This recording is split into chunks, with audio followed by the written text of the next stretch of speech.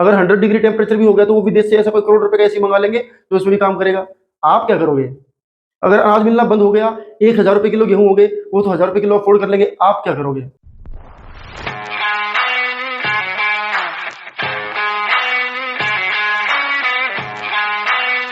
Hello viewers, welcome to this video. और आज है 25 मार्च 25 मार्च, और लोग आज रंगों का उत्सव मना रहे हैं। और वहीं हमारे ही देश के कुछ लोग, ठीक है, मिस्टर सोनम वांगचुक की अगुवाई में उनके साथ भूख हड़ताल पर बैठे हुए हैं। क्लाइमेट फास्टिंग उनकी चल रही है। क्लाइमेट को बचाने के लिए, लद्दाख को बचाने के लिए, लद्दाख को सिक्स्थ शेड्यूल में डलवाने के लिए वो लोग जो है फास्ट कर रहे हैं।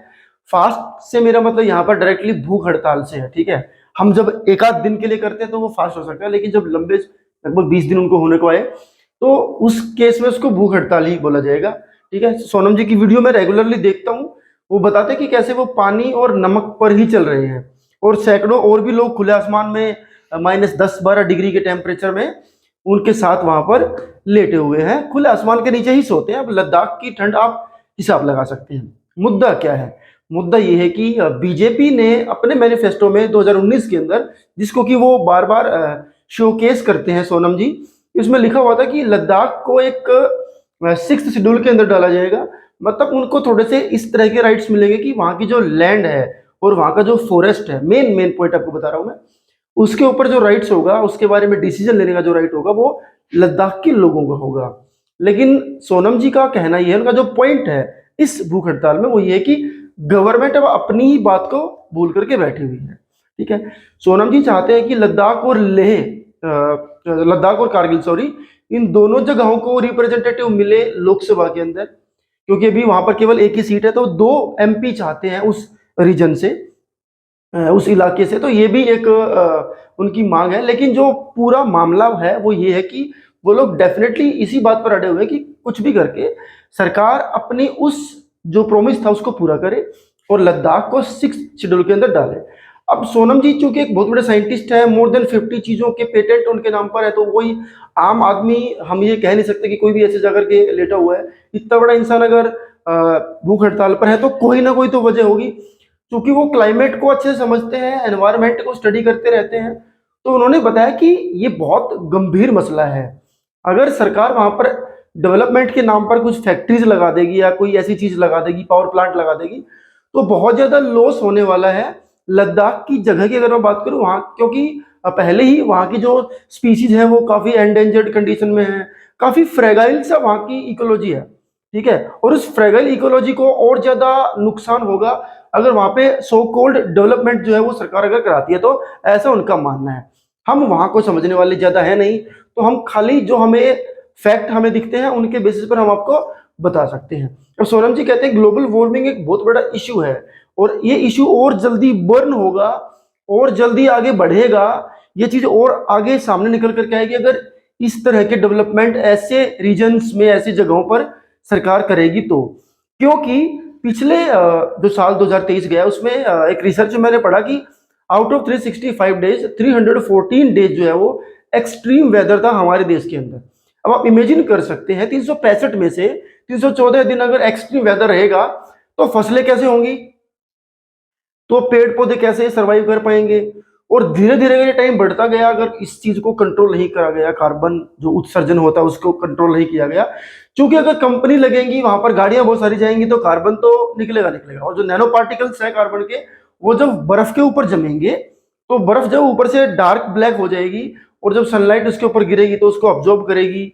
ब्लैक कलर सबको पता है, साइंस में ऑब्जॉर्व कर लेता है हीट को, लाइट को, तो वो बर्फ तेजी से पिघलेगी।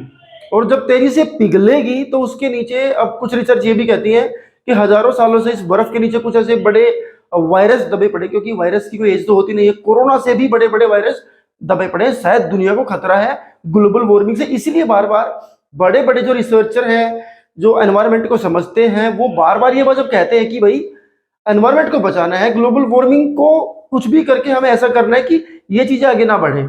अब सरकारों ने तमाम कोशिशें करी, अब एडवांसमेंट होगा तो गाड़ियां भी चलेंगी, फैक्ट्रीज भी लगेंगी, सब कुछ होगा, तो अभी भी कार्बन जो उत्सर्जन है वो कम नहीं हुआ है, ठीक है, वो बढ़ ही रहा है। हाँ, उसकी स्पीड स्लो हो गई है, लेकिन उसका कोई सोल्यूशन हमें अब तक नहीं मिला है जिससे अपनी देश दुनिया को बचा सके। अब आप इमेजिन कीजिए कि पेड़ पौधे जब नहीं रहेंगे, हसदेव के जंगलों में भी यही हुआ, वहां के लोग भी ऐसे उन्होंने प्रोटेस्ट किया, लेकिन उनकी बात भी नहीं मानी गई। अब आप इमेजिन करिए कि सारे पेड़ पौधे कट चुके हों और 60 डिग्री टेम्परेचर अगर हो तो, और पेड़ पौधे नहीं है, 60 डिग्री टेम्परेचर है, चिड़िया हैं, पक्षी हैं, कोई जानवर है, उनके साथ क्या होगा, क्या करेंगे, वो कहाँ जाएंगे। अब हम आम आदमी हैं, इसलिए लोग कहते हैं कि जी ऐसे जो प्रोटेस्ट होते हैं उसमें आम आदमी नहीं जाता। आम आदमी क्यों ही जाएगा, उसको पता ही नहीं होता है, उसको चिंता इस बात की है ही नहीं कि एनवायरमेंट का क्या बनेगा। उसको अपने आज की चिंता है बेचारे को कि आज खाना मिलेगा कि नहीं मिलेगा। क्योंकि 300 करोड़ लोग जो है, 800 करोड़ की पॉपुलेशन है दुनिया भर की, उसमें से लगभग 300 करोड़ लोग तो वो है जो डायरेक्टली कुपोषण का शिकार है। लगभग 200 240 करोड़ वो लोग हैं जिनको खाना मिलता है, बट ये गारंटी नहीं अगले दिन मिलेगा या नहीं मिलेगा। और 80 करोड़ लोग तो वो हैं जिन लोगों को 100% खाना मिलता ही नहीं है, मतलब वो भूखे ही सोते हैं। अब इस केस में आम आदमी कहाँ जाएगा, आम आदमी यही तो है, 620 करोड़ जो मैंने गिनवाई, यही आम आदमी है। और ये प्रोटेस्ट में इसलिए नहीं जाते क्योंकि इनको पता ही नहीं है, इनको आइडिया ही नहीं है, और इनको ये भी आइडिया नहीं है कि ग्लोबल वार्मिंग से सबसे ज्यादा खतरा इन्हीं को है। जो दुनिया के बिलियनियर हैं, जो ग्लोबल वार्मिंग करते हैं या फिर जो फैक्ट्री लगाते हैं, उसकी फैक्ट्री की वजह से जो ग्लोबल वार्मिंग होगी उसका असर उस फैक्ट्री के मालिक पे नहीं पड़ता, आसपास के गरीब लोगों के ऊपर पड़ता है। कल को अनाज उगना बंद हो गया, क्योंकि क्लाइमेट जब बदलेगा तो फसलों के ऊपर भी इसका असर पड़ेगा, और अनाज उगना बंद हो गया तो जो करोड़पति आदमी है, क्या लगता है वो भूखा मरेगा, नहीं मरेगा भूखा। कौन भूखा मरेगा, 5 किलो अनाज वाला इंसान भूखा मरेगा, कहां से आएगा अनाज, कहीं से भी नहीं आएगा। जो खरीद करके हर रोज कमाता है खाता है, उसको भूखा मरेगा। उसको इस बात की फिक्र ही नहीं है कि कोई आंदोलन करता है तो क्यों करता है, बस एक बात जमी हुई है कि आंदोलन कोई कर रहा है तो गलत है, आंदोलन करना गलत है, आंदोलन करना गलत है। आंदोलन करने वाले आतंकवादी हो सकते हैं, वो कोई देशद्रोही ताकतें हो सकती हैं, या वो गलत इंसान हो सकता है, उसको कुछ पता ही नहीं बेचारे को। और उसको पता नहीं इसलिए माना गया क्योंकि उसके साथ एक मास नहीं जुड़ता, एक भीड़ नहीं जुड़ती, इसलिए उसका आंदोलन फ्लॉप हो जाता है। लेकिन आंदोलन जो करता है वो कभी अपने लिए नहीं करता, उस अकेले का कोई बेनिफिट कभी नहीं होता है, चाहे वो कोई भी आंदोलन है। महात्मा गांधी से लेकर के आज तक जितने भी आंदोलन हुए हैं, एक आदमी अपने लिए क्या आंदोलन करेगा, सोच करके देखो, क्या कभी एक इंसान आंदोलन करेगा, नहीं। सोनम जी को क्या प्रॉब्लम है, उनके पास तो सब कुछ है, उनको क्या ही पड़ी है, लेकिन लोग फिर भी ये कहना स्टार्ट कर देंगे कि ये क्यों आंदोलन कर रहे हैं, वो हमारे लिए आंदोलन कर रहे हैं। लद्दाख नहीं जलेगा, हम सब भी जलेंगे साथ में। इतने भयंकर उसके दुष्प्रभाव पड़ेंगे। जहां हम रह रहे हैं, यहाँ रहना हमारे लिए, हरियाणा, पंजाब, दिल्ली, हम जो जहां पर रहते हैं एनसीआर में रहना मुनासिब नहीं होगा। इतनी गर्मी होगी या एक्सेस में टेम्परेचर इतना हाई होगा कि आपको समझ नहीं आएगा। और इस तबाही से बचने का तरीका तो मुझे नहीं पता क्या होगा क्या नहीं होगा, लेकिन हम सबको थोड़ा सा ये कॉन्शियसनेस दिखानी पड़ेगी कि क्या सही है और क्या गलत है। सही के साथ हमें एटलीस्ट खड़ा होना पड़ेगा। अब वो लगभग 20 दिनों से भूख हड़ताल पर है, तो उसी पर्पज से आज के दिन जो है वो मेरी फास्टिंग है, ठीक है। उसी क्लाइमेट जो फास्टिंग चल रही है, क्लाइमेट को लेकर के जो प्रोटेस्ट चल रहा है कि क्लाइमेट को बचाओ, उसी फास्टिंग में आज मैंने एक दिन के लिए अपने आप को डाल दिया कि भाई हम भी ज्यादा तो कुछ नहीं कर सकते, वहां जाना तो लॉजिकली पॉसिबल नहीं है, ठीक है, लेकिन एक दिन के लिए हम उनके साथ हैं और इस फास्ट में, ठीक है। और वैसे तो उनके साथ हैं ही, ऐसे तमाम लोगों के साथ जो एनवायरमेंट के लिए खड़े हैं एटलीस्ट, क्योंकि ये एनवायरमेंट किसी एक का कभी नहीं हो सकता, हम सबके लिए है। ये पेड़ पौधे, ये मौसम सबके काम आता है।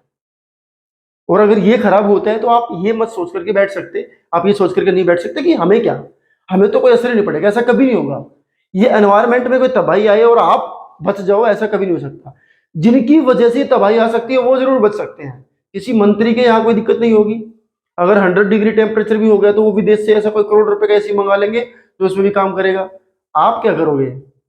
अगर अनाज मिलना बंद हो गया, 1,000 रुपए किलो गेहूं हो गए, वो तो 1,000 रुपए किलो अफोर्ड कर लेंगे, आप क्या करोगे? अगर पानी, अब पानी लगभग 30 शहर हमारे देश के ऐसे जिनमें पानी बिल्कुल खत्म होने की कगार पर है।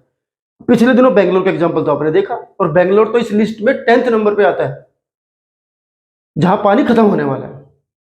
कल को पानी खत्म हो गया और 1,000 रुपए लीटर पानी आना स्टार्ट हो गया, अमीर आदमी खरीद लेगा, आप क्या करोगे? तो उस केस से बचने के लिए आप आज कुछ कर सकते हो, आप आज सपोर्ट कर सकते हो, आज आप खड़े हो सकते हो इस चीज के लिए कि हाँ, एनवायरमेंट किसी एक आदमी का मुद्दा नहीं है, ये हम सबका मुद्दा है। कॉन्सेप्ट वीडियो पसंद आई हो तो वीडियो को लाइक करें, वीडियो को शेयर कर सकते हैं और हमारे चैनल को सब्सक्राइब कर सकते हैं। Thank you.